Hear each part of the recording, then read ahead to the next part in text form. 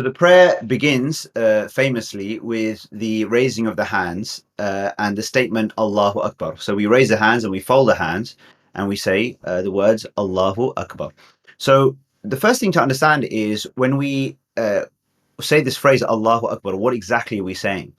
One could argue that actually the phrase that is the most lost in the prayer is Allahu Akbar because we're saying it to mark every movement. Perhaps at the beginning, we say it with maybe more focus, more concentration, but throughout the prayer, as we say Allahu Akbar to move here and there, sometimes it just gets said and we forget what we're saying. The takbir is obviously this declaration of God's greatness. And the first takbir is Takbiratul Ihram. That's what it's called, Takbiratul Ihram. And that's significant because Ihram basically means to make sacred. Yeah.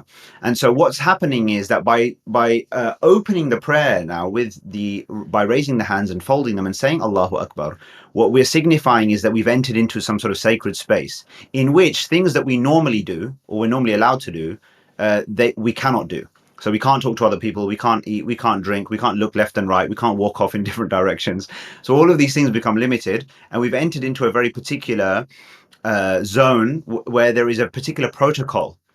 So if you imagine this as an example of a peasant who's come to meet the king, right, of the land, and Allahu Akbar is like the peasant opening the door of the palace. Okay, now you're in the palace, you can't just be as you were on your field, you're in the palace, there's different rules almost apply, and you are now on this journey within this royal court, if you like, to progress towards and to interact with the king of the land, in our case, the king of everything. So we say Allahu Akbar, we raise our hands. Now, the first thing for us to consider is that what does the raising and the folding of the hands signify? When we raise the hands, we're signifying this humility, submission, giving up in front of Allah.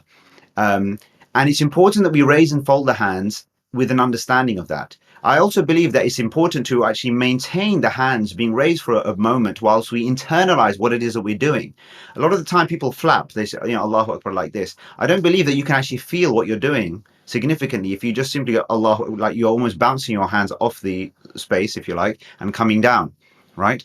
But actually pointing the palms forward, holding this position for a moment, perhaps even longer than a moment, internalizing and feeling that submission and that giving up in front of your Lord, and then folding the hands with humility and in such a way that shows, I suppose, proper etiquette in front of your Lord. You're in a position of humility and you're in a position of concentration. Folding of the hands prevents you, frankly, from fidgeting, which otherwise, we probably would do. So just note that what this opening signifies.